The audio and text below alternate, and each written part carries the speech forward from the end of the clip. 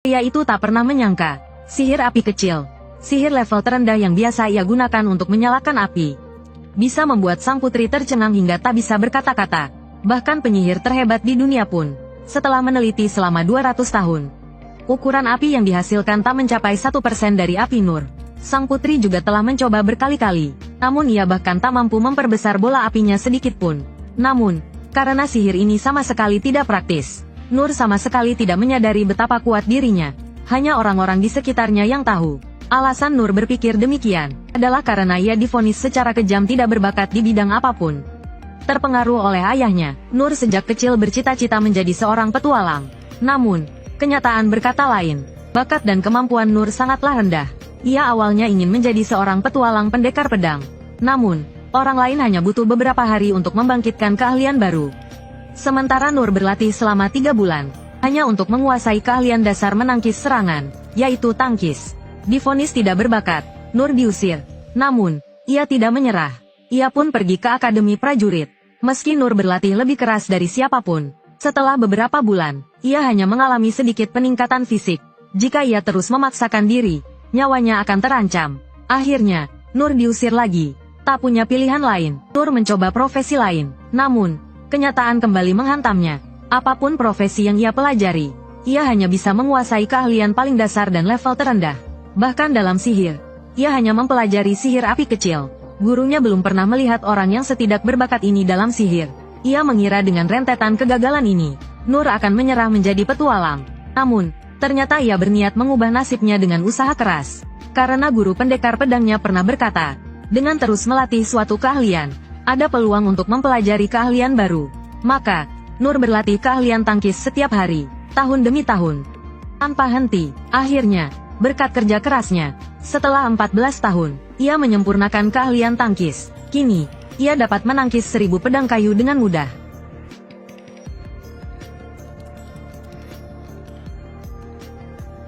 Setelah 14 tahun, aku berlatih tanpa henti setiap hari. Akhirnya aku bisa menangkis 1000 pedang kayu. Namun bagi Nur, ia merasa sedih karena tidak membangkitkan keahlian baru. Meski begitu, ia ingin mencoba sekali lagi. Ia pun kembali ke Guild Petualang. Hal ini membuat resepsionis kebingungan. Meskipun Nur menguasai banyak keahlian, tak ada satupun yang memenuhi syarat. Jadi, ia tidak bisa menjadi petualang. Namun, saat Nur sedang kecewa, pria parubaya itu membawa kabar baik. Petualang memiliki tingkatan. Tingkat terkuat adalah S dan terendah adalah E. Syarat sertifikasi tingkat E adalah memiliki lebih dari satu keahlian praktis. Namun, Nur tidak memenuhi syarat ini. Tapi bukan berarti tidak ada cara lain. Sebenarnya, di bawah tingkat E ada satu tingkat lagi, yaitu tingkat F, yang hampir tidak diketahui orang, bahkan di kalangan terkait. Karena satu-satunya pekerjaan yang bisa diambil di tingkat ini hanyalah tugas-tugas remeh di kota.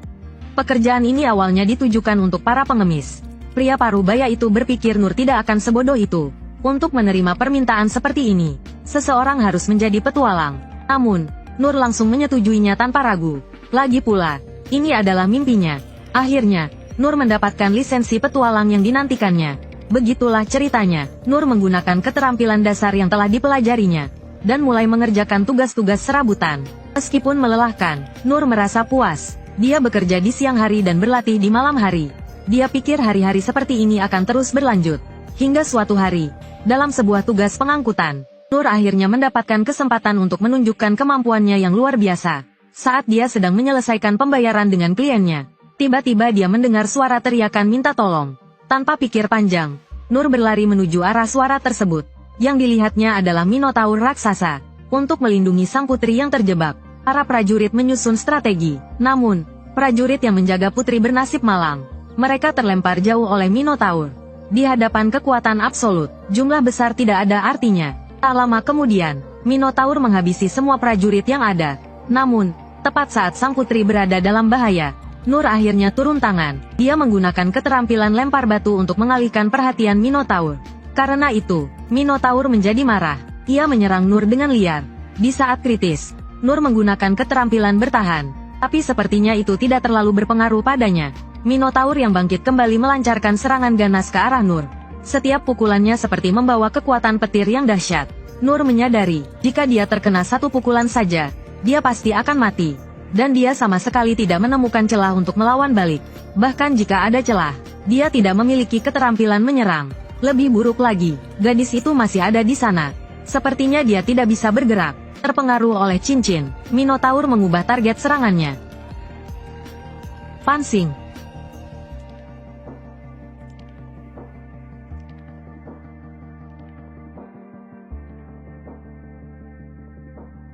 Meskipun aku tidak bisa menjadi tokoh utama dalam kisah petualangan, setidaknya aku ingin melindungi gadis ketakutan di depanku. Inilah yang disebut seorang petualang. Bertahan.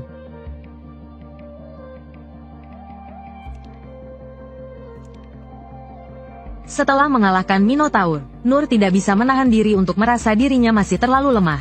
Bahkan mengalahkan seekor sapi saja begitu sulit. Saat itulah gadis berambut putih akhirnya bereaksi. Bertanya pada Nur siapa namanya. Melakukan kebaikan tanpa meninggalkan nama. Itulah Nur. Sejak Nur menggunakan keterampilan bertahan untuk mengalahkan Minotaur, sang putri terus mencari keberadaan Nur. Akhirnya, dia menggunakan keterampilan pengintaian jarak jauh untuk menemukannya. Karena banyak orang di serikat petualang, sang putri menyarankan untuk berbicara di luar. Dia akan menggunakan keterampilan peredam suara dan penyamaran untuk mencegah percakapan bocor. Nur mengira ada sesuatu yang penting, tanpa menyangka bahwa sang putri datang untuk berterima kasih atas bantuannya. Karena tindakan mulia Nur tidak hanya menyelamatkan nyawa sang putri, tetapi juga secara tidak langsung menyelamatkan banyak nyawa rakyat. Namun, Nur merasa dia melebih-lebihkan. Dia pikir dia hanya membunuh seekor sapi saat itu. Namun, yang tidak Nur ketahui, sapi itu adalah monster yang menghuni lapisan terdalam labirin. Itu monster level ancaman A. Jadi, sang putri ingin memberikan hadiah terima kasih kepada Nur. Bahkan jika harus menghabiskan seluruh hartanya, dia ingin menyiapkan hadiah yang paling tulus untuk Nur. Tapi bagi Nur, ucapan terima kasih tadi sudah cukup. Namun, sang putri adalah orang yang selalu membalas budi. Dan ayahnya juga ingin bertemu Nur. Akhirnya, Nur yang tak kuasa menolak putri, setuju untuk bertemu ayahnya. Tapi yang Nur tidak tahu adalah, ayah sang putri adalah raja. Tentu saja, dia juga tidak tahu identitas sang putri. Dia hanya tahu bahwa keluarganya sangat kaya. Dalam perjalanan, mereka bertemu dengan Ksatria Inis. Dia adalah pengawal pribadi sang putri. Namun, Nur mengira dia adalah seorang pelayan. Dia sepertinya sangat waspada padaku. Dalam perjalanan menemui raja, mereka juga bertemu Gilbert. Meskipun Nur adalah penyelamat sang putri, dia belum mendapatkan kepercayaan orang lain. Demi keamanan, Gilbert juga ikut menemui raja. Sementara itu, raja sedang berdiskusi dengan putranya, Pangeran Rain, mengenai perang yang akan pecah dengan negara tetangga. Minotaur itu dipanggil oleh negara tetangga. Target mereka adalah sumber daya labirin negara ini, relik dari labirin tanpa akhir. Namun, saat itu juga, Nur dan yang lainnya tiba di aula istana. Untungnya, raja tidak terlalu peduli dengan etiket. Nur, yang bukan dari keluarga bangsawan, sama sekali tidak mengerti etiket yang seharusnya ada di situasi seperti ini. Tapi bagi raja, hal itu justru membuatnya lebih mudah berbicara, untuk berterima kasih kepada Nur karena telah menyelamatkan putrinya. Raja bertanya apa keinginannya. Tanpa sepengetahuan raja, Nur tidak menginginkan apapun. Tidak uang, tidak juga tanah. Bahkan harta dari labirin pun dia tolak. Tapi raja tidak bisa membiarkan Nur pulang dengan tangan kosong. Setelah berpikir sejenak, raja memberikan pedang besar yang pernah dia gunakan kepada Nur. Ini adalah pedang sakti. Rain berpikir tidak perlu melakukan hal seperti itu. Tapi bagi raja, karena dia sudah pensiun, pedang besar itu hanyalah sebuah hiasan. Lebih baik diberikan kepada seseorang daripada terus tersimpan di sini. Mendengar perkataan raja, Nur pun menerimanya, tapi ternyata pedangnya cukup berat. Kemudian, raja meminta Nur untuk mencoba mengayunkannya. Penguatan tubuh.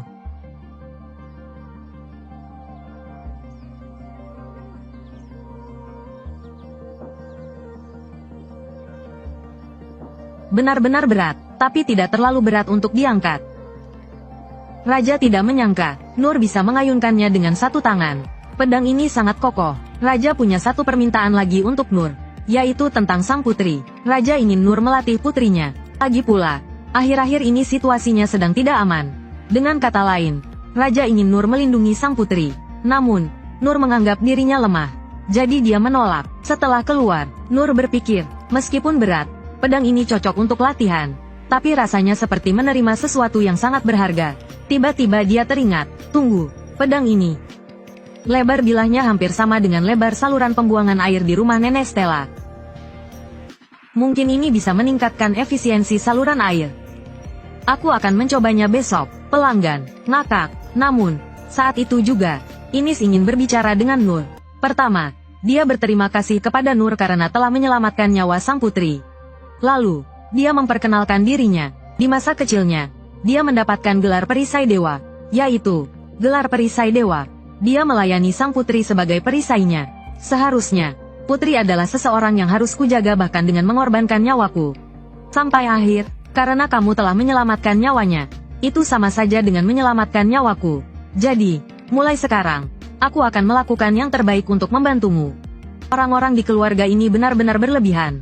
Nur sedikit terdiam. Namun, saat berpamitan dengan Inis, Gilbert juga datang mencarinya. Benar-benar masalah datang silih berganti. Namaku Gilbert, ayo bertarung denganku. Aku ingin melihat kemampuanmu. Tidak bisa kembali. Bagi Nur yang bercita-cita menjadi petualang, ini adalah kesempatan yang dinanti-nantikannya. Jadi dia menyetujuinya. Penonton di sekitar mengira Nur sedang mencari mati. Namun, di tengah pertarungan, Nur merasa gerakan lawannya sangat lambat. Meskipun gerakannya efisien, dan ritme serangannya bervariasi dengan sempurna, semuanya seperti gerakan lambat, Nur dapat menghindarinya dengan mudah. Karena itu, Nur salah mengira Gilbert menahan diri karena takut melukainya. Jadi, setelah menghindari serangan, Nur memintanya untuk tidak menahan diri. Jangan sungkan-sungkan. Memang benar, karena lawannya adalah manusia. Gilbert sedikit ragu-ragu. Karena itu, di ronde berikutnya, dia mengerahkan seluruh kekuatannya. Hasilnya, kecepatannya memang jauh lebih cepat dari sebelumnya. Tapi setelah menyerang, seluruh tubuhnya penuh celah.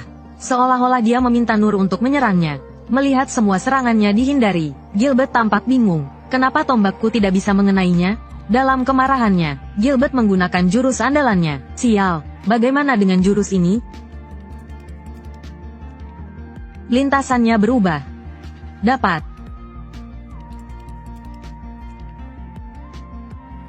Seperti yang diduga, Nur dapat menghindarinya dengan mudah. Lalu, kata-kata berikutnya benar-benar membuat Gilbert marah. Bisakah kau bergerak lebih cepat? Tidak terlalu menyakitkan, tapi sangat menghina. Melihat lawannya marah, Nur sempat mengira dia sudah mengerahkan seluruh kekuatannya.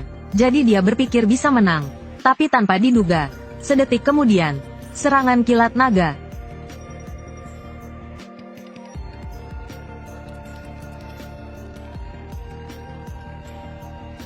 Gilbert mengira dia akhirnya mengenai Nur.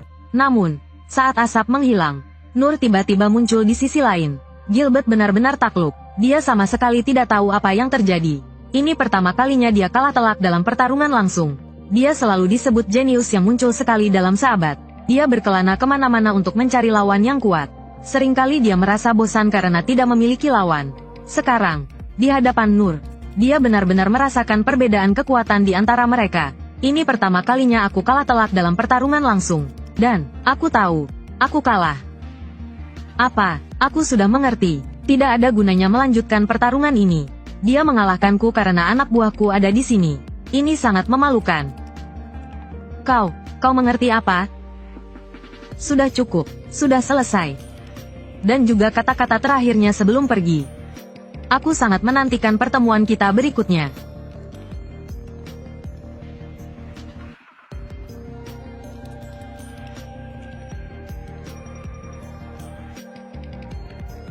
Retakan itu apa? Kapan munculnya? Aku tidak tahu bagaimana dia melakukannya. Tapi orang itu menghindari seranganku. Menghindari serangan penuhku. Sepertinya akhirnya akan mulai menarik. Tapi itu benar-benar mengejutkan. Saat itu aku berpikir aku sedikit berkembang. Aku mengerahkan semua kemampuanku, menggunakan penguatan fisik dan teleportasi untuk menghindari serangan itu. Jika dia tidak menyesuaikan kecepatannya agar bisa menghindar, aku pasti sudah mati sekarang. Lucu sekali, mereka berdua tidak sepemikiran. Yang satu sudah mengerahkan seluruh kekuatannya, tapi Nur mengira dia menahan diri, sehingga dia merasa dirinya terlalu lemah, dan harus berlatih lebih keras lagi. Lucunya, keesokan harinya, Nur menggunakan pedang pemberian raja untuk membersihkan selokan. Tapi harus diakui, pedang besar itu sangat efektif untuk membersihkan kotoran. Bahkan kotoran membandel di dasarnya pun bersih. Jika raja melihat pedang sucinya digunakan Nur untuk membersihkan selokan, dia pasti akan menyesal. Namun, Ide Nur bukan hanya membersihkan selokan. Dia juga berpikir untuk menggunakan pedang itu sebagai dayung untuk mencari uang. Atau untuk menjual teppanyaki juga bukan ide yang buruk. Namun, saat Nur sedang berimajinasi, sang putri tiba-tiba datang. Ternyata dia ingin menjadi pelayan Nur.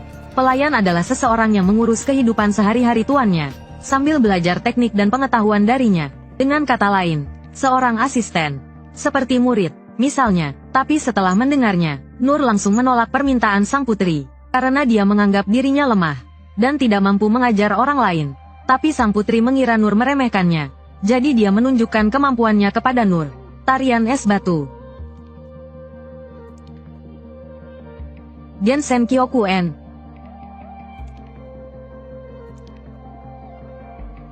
Ini adalah salah satu sihir terkuatku. Gensen Kyokuen. Selanjutnya adalah tebasan.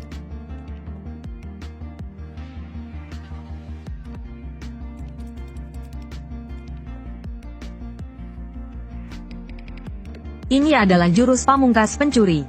Diajarkan oleh guru Karlu Sang Suci kepadaku. Ranjun adalah kilatan cahaya suci.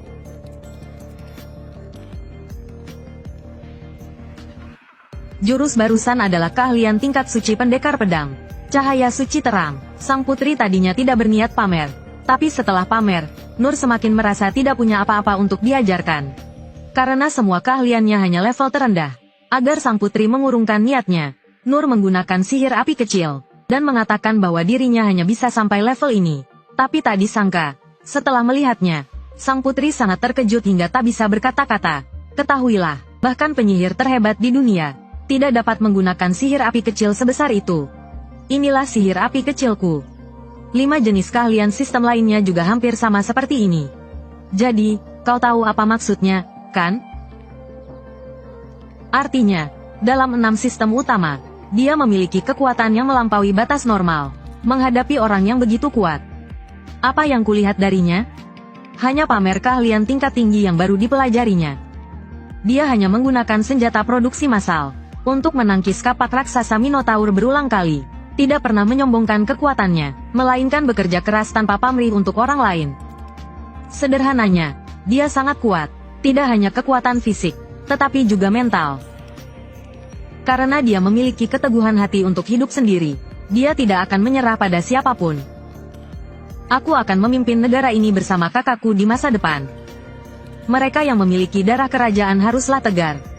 Oleh karena itu, prioritasku saat ini adalah menyamai keteguhan hati orang itu. Sang putri akhirnya menyadari hal ini, betapa sombong dan tidak dewasanya dirinya di masa lalu. Jadi dia harus menjadi murid Nur. Sebelum itu, dia memutuskan untuk mengikuti Nur, karena dia yakin kekuatan tertinggi yang dikejar keluarganya secara turun-temurun pasti ada pada diri Nur. Pria itu tidak menyangka, goblin yang dia bunuh dengan mudah sebenarnya adalah kaisar goblin tingkat bencana. Tapi dia tidak tahu sama sekali. Dia pikir monster yang digunakan petualang untuk latihan memang sekuat itu. Keyakinan dirinya yang baru dibangun pun hancur total. Dia merasa dunia luar terlalu berbahaya. Dalam waktu dekat, dia tidak berani menerima misi pemusnahan lagi. Setidaknya dia harus berlatih beberapa dekade lagi. Tapi dari sudut pandang si rambut putih yang bersamanya, Nur adalah orang kuat yang rendah hati. Biasanya hanya bekerja keras untuk orang lain. Hanya ketika dia tahu kaisar goblin, monster dengan ancaman potensial seperti itu muncul, dia sengaja berakting dan mengajaknya, petualang rank B, dengan memanfaatkan izin tingkat yang lebih tinggi, untuk menerima misi pemusnahan goblin di luar. Dan sekarang semuanya masuk akal. Mengapa Nur begitu bersemangat ketika tahu bisa memusnahkan goblin? Sesemangat itu, memusnahkan goblin. Sebelum pergi, ketua guild memberitahu Nur, setelah mengalahkan goblin, ingatlah untuk memotong telinga kanan mereka dan membawanya kembali sebagai bukti misi. Dan akhir-akhir ini jumlah goblin telah berkurang banyak. Kalau tidak ketemu, kita bisa kumpulkan beberapa tanaman obat. Nur segera membawa Shihoru ke hutan. Di perjalanan, dia bertanya seperti apa goblin itu. Lagi pula, dia belum pernah melihatnya. Shihoru terkejut mendengarnya. Dia tidak percaya orang sekuat Nur belum pernah melihat goblin. Jadi ini pasti ujian dari gurunya. Maka dia menjawab persis seperti yang tertulis di buku. Setelah mendengarnya, Nur terkesan. Sepertinya Shihoru tidak hanya memiliki banyak keahlian, tetapi juga pengetahuannya yang luas. Bukankah itu membuatnya terlihat tidak punya apa-apa untuk diajarkan? Saat itu, Shihoru tiba-tiba merasakan fluktuasi monster di depan. Tapi ketika mereka berdua sampai di sana, fluktuasinya menghilang secara misterius. Saat mereka berdua merasa aneh, Shihoru menyadari ada yang tidak beres dan segera melepaskan sihir ke depan. Tanpa diduga, dia meledakkan goblin yang tak terlihat. Melihat itu, Nur langsung terkejut. Bukankah goblin monster terlemah? Kenapa tubuhnya begitu besar? Namun, ciri-ciri fisiknya cocok dengan yang pernah didengarnya. Kulit hijau, berjalan dengan 2 kaki, dan tatapan tajam seperti binatang buas. Tentu saja, yang terpenting adalah mereka menggunakan alat seperti manusia. Benar, ini goblin. Mungkin di mata para petualang, makhluk ini hanya pantas menjadi anak buah. Adapun mengapa Shihoru begitu terkejut, mungkin karena dia kurang pengalaman bertarung sehingga dia begitu takut. Tetapi Nur tidak tahu, bahwa Shihoru telah mengenali ini sebagai kaisar goblin tingkat bencana. Dan monster semacam ini hanya bisa diciptakan secara artifisial. Mereka disebut kristal kebijaksanaan terlarang. Meskipun agak takut, tetapi ketika dia melihat Nur yang tenang di sampingnya, dia langsung mengerti. Ketika Nur menerima misi pembasmian goblin, kegembiraan polos yang dia tunjukkan sebenarnya adalah sandiwara untuk secara diam-diam menghilangkan krisis. Kalau begitu, dia harus bekerja sama secara aktif. Jadi dia tidak memberitahu Nur tentang Kaisar Goblin. Goblin segera menyerang Nur. Namun, dengan menangkis, dia dapat dengan mudah menangkis setiap serangan. Saat Goblin terdorong mundur dan kehilangan keseimbangan, Nur segera meminta Shihoru untuk melepaskan sihir untuk menimbulkan kerusakan. Namun, yang tidak mereka duga adalah, Goblin itu sangat lincah. Serangan sihir Shihoru tidak bisa mengenainya sama sekali. Saat itu, Goblin tiba-tiba melemparkan batang pohon ke arah Shihoru. Melihat itu, Nur segera berlari ke depan dan menangkisnya. Dengan begitu, serangan itu berhasil ditahan. Kemudian, Goblin terus melemparkan batang pohon dari kejauhan untuk menyerang. Dan Nur tidak memiliki keahlian menyerang. Jadi dia hanya bisa berdiri di sana dan terus menangkis. Tetapi jika ini terus berlanjut, staminanya cepat atau lambat akan habis. Namun, Shihoru melihat batu ajaib di kepala Goblin dan memikirkan sesuatu. Dia segera memberitahu Nur, bahwa jika dia bisa melepaskannya, dia punya cara untuk mengatasinya. Tetapi Goblin itu sepertinya melihat melalui tangkisan Nur, dan melemparkan beberapa batang pohon sekaligus. Apakah dia melihat berapa banyak yang bisa kutangkis? Aku tidak bisa menangkis semuanya. Ledakan angin. Berkat bantuan Shihoru, Nur tidak terkena batang pohon. Tetapi Shihoru kemudian menyadari, luka yang ditimbulkan pada Goblin tadi sembuh dengan cepat. Itu karena kekuatan batu ajaib di kepalanya. Jika terus begini, nyawa mereka mungkin melayang hari ini. Saat itulah Nur tiba-tiba punya ide. Dia meminta si Roma untuk menggunakan jurus tadi di belakangnya. Dengan begitu, dia akan punya cukup kecepatan untuk mendekati Goblin, dan mengambil batu ajaib di kepalanya. Tapi si Roma agak khawatir, karena jurusnya bahkan bisa menghancurkan tembok kota. Mendengar itu, Nur mengeluarkan pedang beratnya, dan berkata jika diarahkan ke pedangnya, tidak akan apa-apa. Ledakan angin. Penguatan tubuh. Menyelinap. Tubuhku, penyembuhan ringan.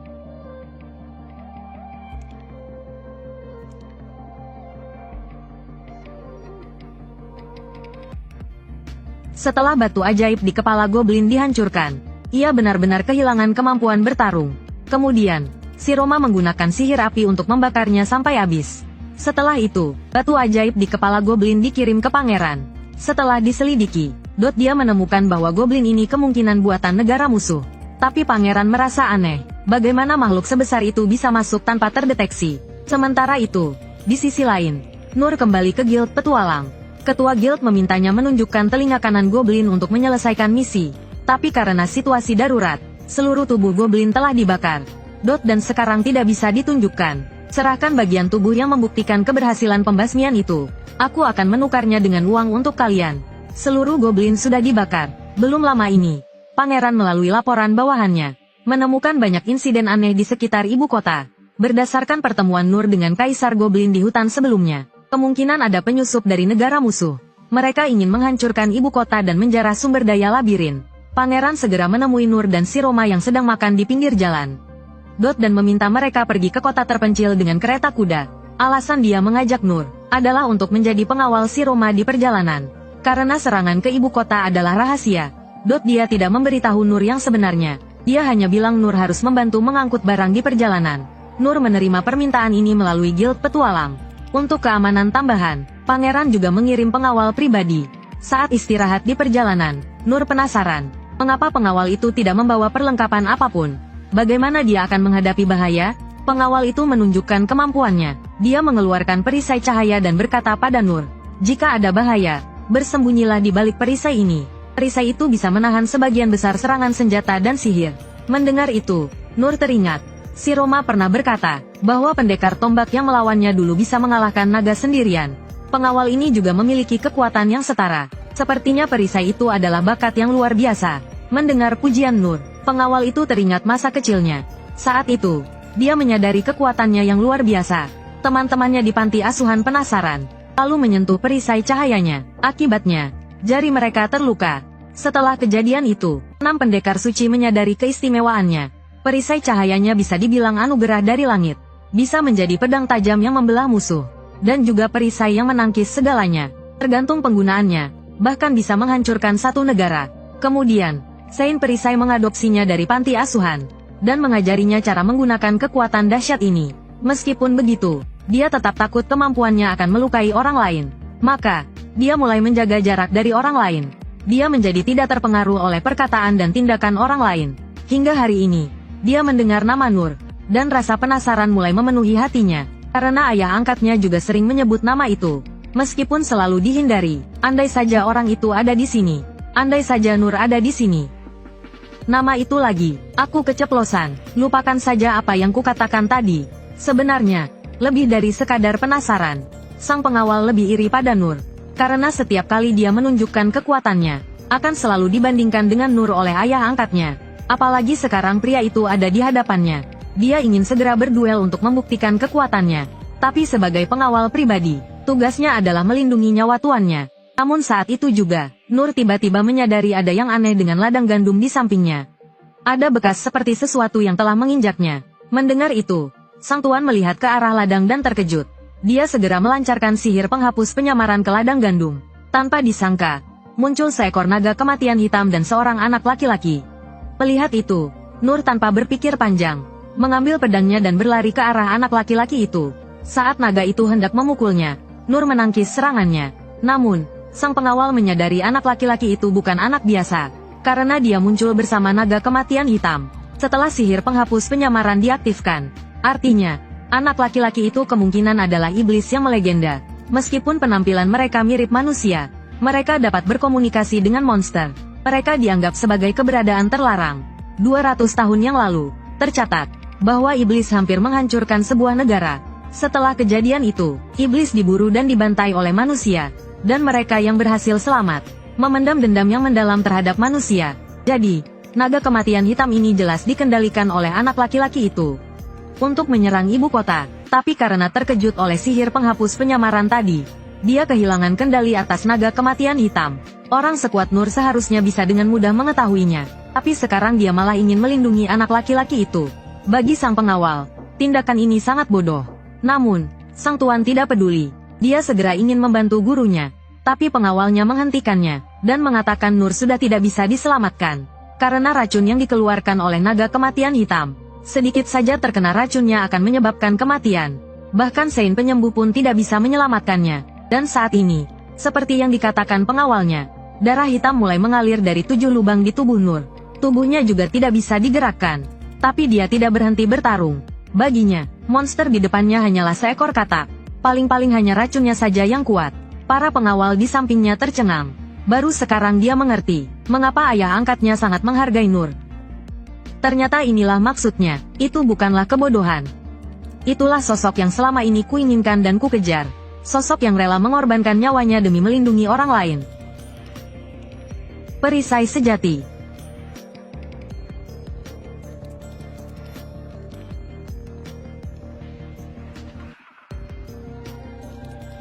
Tapi, pria itu sudah. Ishin anime pria itu tidak menyangka. Ishin anime katak yang baru saja dibunuhnya adalah naga kematian hitam yang legendaris. Hanya dengan sekali hembusan racunnya, bumi bisa terkikis. Apalagi jika terhirup, tidak ada obatnya. Namun, Nur hanya dengan penyembuhan minor yang bisa dilakukan semua orang. mampu menetralkan racun naga kematian hitam. Hal ini membuat Zimao yang berada di sampingnya ketakutan. Hanya energi suci yang dapat melakukan hal seperti itu. Dan gurunya, penyembuh suci yang katanya bisa menyembuhkan segalanya, membutuhkan waktu 40 tahun untuk menyentuh ambang energi suci. Tapi dia tidak tahu bahwa Nur pernah tak sengaja memakan tanaman beracun saat kecil. Awalnya, tubuhnya bereaksi keras terhadap racun tersebut. Namun, untuk bertahan hidup, ia terus-menerus menggunakan penyembuhan minor pada dirinya sendiri. Entah berapa lama berlalu, saat ia terbangun, racunnya telah hilang. Sejak saat itu, tubuhnya memiliki kekebalan terhadap racun. Bahkan jika digigit ular berbisa di gunung, paling-paling ia hanya perlu tidur dan akan sembuh sendiri. Maka, sekembalinya, Nur berpikir, karena ia tidak takut keracunan, mungkin ia bisa memanggang dan memakan makhluk beracun tersebut. Tapi ia tidak menyangka bahwa makhluk beracun tersebut ternyata sangat lezat. Ia juga berpikir, mungkin keracunan terus-menerus bisa menjadi jalan untuk mendapatkan skill baru. Sejak saat itu, Nur setiap hari sengaja mencari dan memakan benda beracun.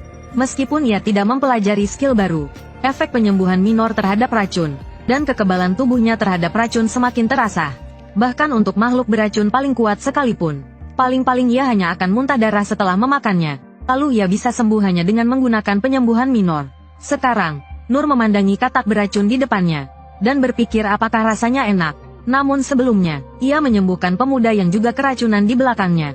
Lalu ia segera menggunakan tangkis. Sambil menangkis serangan naga kematian hitam, ia memotong cakarnya. Naga kematian hitam tahu bahwa ia bukanlah tandingan Nur, dan bersiap melancarkan serangan terakhir dengan mempertaruhkan nyawanya.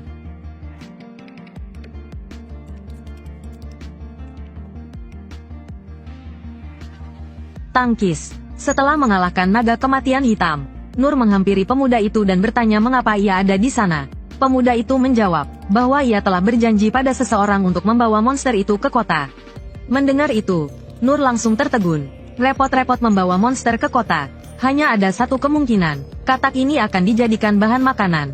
Lagi pula, jika ingin mengangkut banyak daging dalam keadaan segar, membawa makhluk hidup adalah cara terbaik.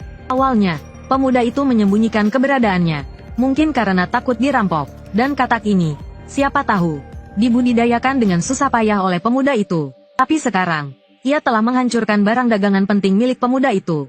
Memikirkan hal itu, Nur segera berkata, dan mengatakan akan mengganti kerugiannya. Namun, pemuda itu tidak berani menerimanya, karena identitas aslinya adalah iblis. Sejak kecil, ia telah didiskriminasi oleh dunia, hanya bisa diperlakukan sebagai budak. Tentu saja, beberapa negara juga memanfaatkan kemampuan mereka untuk mengendalikan monster dan memulai perang. Meski begitu, pemuda itu tidak memiliki niat untuk menyakiti manusia, dan kali ini, membawa monster ke kota, adalah perintah dari tuannya yang selalu menyiksanya, dengan nyawa teman-temannya sebagai syarat. Namun, pemuda itu tidak menyangka, bahkan setelah ia mengungkapkan identitas iblisnya kepada Nur, Nur tidak menunjukkan ekspresi jijik sama sekali. Sebenarnya, Nur sama sekali tidak tahu apa itu iblis. Namun, setelah mendengar bahwa pemuda itu memiliki kemampuan untuk mengendalikan monster, Nur sangat tertarik. Dia yang hanya memiliki keterampilan bertahan hidup sering berfantasi. Jika dia memiliki kemampuan seperti itu, dia bisa mengendalikan monster untuk membantunya bertani. Di malam hari di gunung, dia tidak perlu takut akan serangan anjing liar. Ini adalah bakat yang luar biasa. Mendengar itu, pemuda itu langsung terharu. Ini pertama kalinya dia mendengar seseorang mengatakan itu. Namun, Nur merasa sedikit aneh. Padahal bakat pemuda itu di atasnya. Mengapa pemuda itu memiliki penilaian yang rendah terhadap dirinya sendiri? Pada saat itu, Zimao berlari dengan pengawalnya untuk membantu menyembuhkan luka Nur. Namun, setelah melihat racun Nur telah sembuh, Zimao langsung terkejut. Biasanya, jika terkena racun naga kematian hitam, hanya menunggu kematian. Kecuali jika diusir dengan energi suci. Tetapi itu harus dicapai dengan kultivasi yang melampaui batas normal. Bahkan gurunya, Yu Sheng, membutuhkan waktu lebih dari 40 tahun. Tetapi Nur telah mencapainya di usia yang begitu muda.